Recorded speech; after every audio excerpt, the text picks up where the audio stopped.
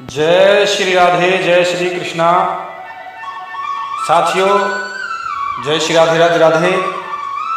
साथियों, नित्य की श्रृंखला में बहुत से सब्सक्राइबरों के प्रश्न आए और उनके उत्तर मैं देना चाहता था, लेकिन उससे पहले बीच में एक और गहरा प्रश्न सामने आया जिसको उत्तर देना मुझे ऐसा लगता कि जरूरी है। तो साथियों, वो प्रश्न है कि छाया राधा कौन थी, छाया राधा का विवाह किससे हुआ था और छाया राधा पूर्व जन्म में कौन थी और छाया राधा कौन बनी थी। और साथियों, आज आपकी भ्रांति को मैं क्लियर कर देना चाहता हूं। आपका प्रश्न बहुत अच्छा है और एक भी प्रश्न इसके मध्य में हमारे एक सब्सक्राइबर हैं, बहुत ही अच्छे हैं, बड़े अच्छे हैं, और उनका गौतम सिंह नाम है।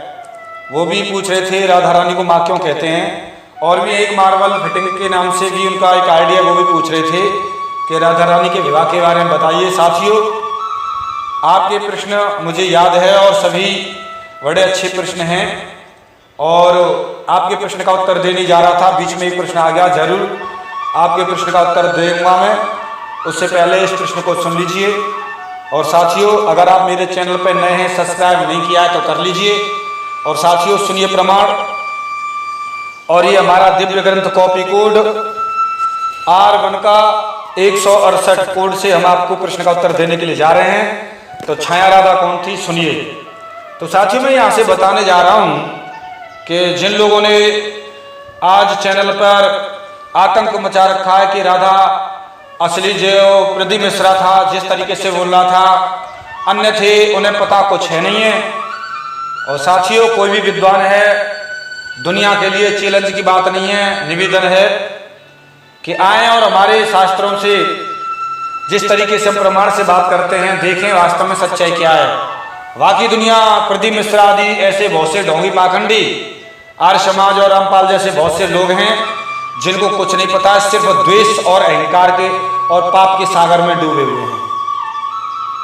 चलते हैं साथियों आपके प्रश्न का उत्तर देने के लिए, कि बात तो बहुत लंबी है। उससे पहले बात यहां से शुरुआत होती है। तो साथियों, यहां बात यह है कि एक समय की बात है, एक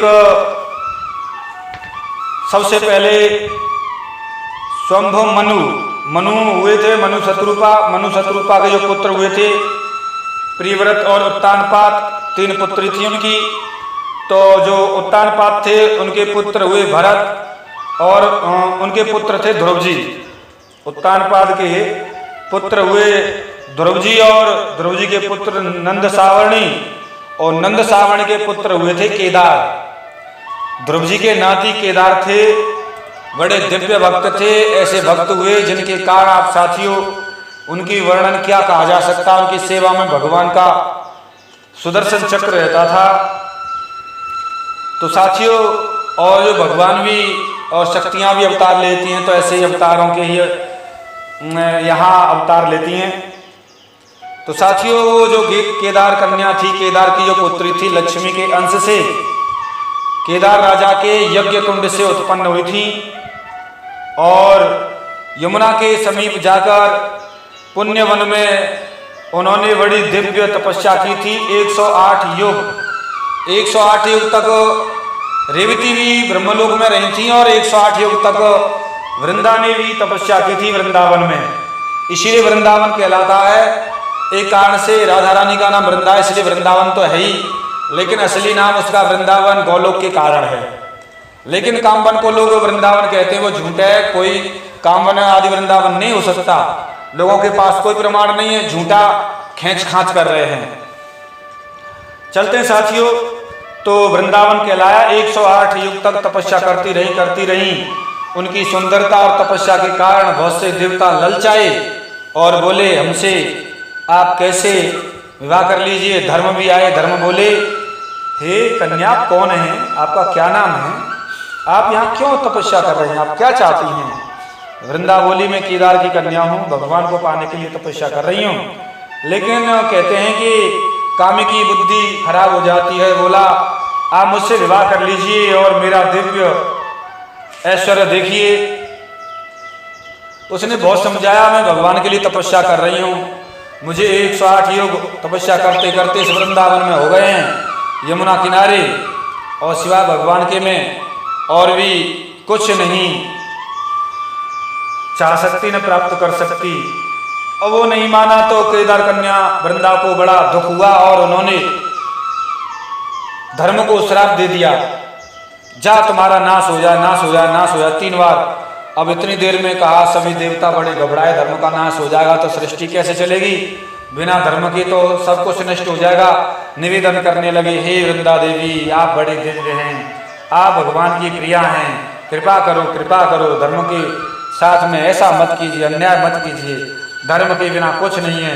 ब्रह्मा विष्णु महेश चंद्रमा और महेंद्र इंद्र वरुण सभी पवन अग्नि यम सभी वृंदा से निवेदन करने लगे। विष्णु भगवान भी निवेदन करने लगे कि इस ब्राह्मण को क्षमा कर दीजिए, ये जो धर्म ब्राह्मण है इसको कृपा कीजिए। तो विष्णु भगवान ने कहा, हे वृंदा आप ऐसा मत कीजिए, मैं आपसे निवेदन कर रहा हूँ।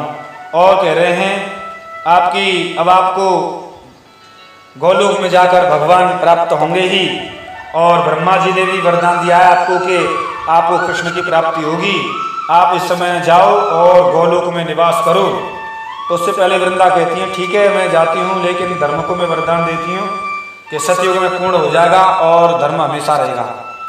ठीक है, त्रेता में कम 3 पैर रह जाएंगे, द्वापर में 2, कलयुग में 1 और लास्ट में तो 1 भी नहीं बचेगा, लेकिन सतयुग में पूरा रहेगा और सभी युगों में धर्म रहेगा ही रहेगा, कम बढ़ती हो सकता है। ऐसा वरदान देकर और अपने शरीर से तप के द्वारा, और भगवान ने कहा ठीक है वृंदा आपने इसको वरदान दिया, अब आप जाइए। विष्णु भगवान कह रहे हैं कि अब आप जाइए, गोलोक में जाने के पश्चात तुम, साथियों आपके प्रश्न का उत्तर यहाँ से है, गोलोक में जाने के पश्चात तुम बरा कल्प के मैं वृषभान की सुता राधा की छाया होकर उत्पन्न होंगी तुम, पैदा होंगी तुम। वहाँ वृंदावन में मेरे कलांश से, मेरे अंश से रायण गोप जन्म लेगा और विवाह संस्कार के द्वारा वे तुमसे विवाह करेंगे। रायण गोप जो यशोदा जी का भाई होगा, यशोदा रायण गोप वैश्य होगा, मेरे अंश से होगा, उससे तुम्हारा विवाह होगा। राधा और गोपियों के साथ रास क्रीड़ा के अवसर तुम मुझे प्राप्त करोगी रास में। और इस समय जिस समय श्री दामा के हिसाब से राधा वृषभान की कन्या होकर प्रकट होगी ब्रजमंडल में, उस समय वास्तविक राधा और तुम उनकी छाया के रूप में प्रकट होंगी। तो ये कहा है वास्तविक राधा की छाया के रूप में तुम प्रकट होंगी, और राधा भी प्रकट होगी लेकिन तुम उनकी छाया के रूप में प्रकट होंगी। और विवाह के समय रायण तुम्ही को ग्रहण करेगा, तुमसे विवाह करेगा, लोग उसे सच्ची राधा समझेंगे, क्योंकि वास्तविक राधा तुम्हें रायण गोप को सौंपकर अंतरित हो जाएगी। इसीलिए गोकुल निवासी सभी मूढ़जन तुम्हें वास्तविक राधा ही समझेंगे, किंतु गोपगण राधा के चरण कमल के भी स्वप्न में भी दर्शन नहीं कर सकते, क्योंकि वास्तव में सच्ची राधा स्वयं राधा मेरे अंग में निवास करती हैं। उनकी छाया रायण की पत्नी होगी, किंतु विष्णु जी की ऐसी बात सुनकर सुंदरी अपनी आयु प्रदान कर दी और धर्म को जीवित करके, और वृंदा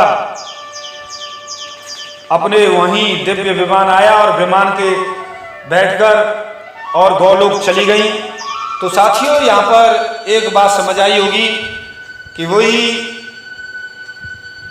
केदार कन्या छाया राधा बनी थी, और विष्णु जी के वरदान के कारण छाया राधा बनी, और भगवान कृष्ण के कारण भी वो छाया राधा का विवाह रायण गोप से हुआ था साथियों।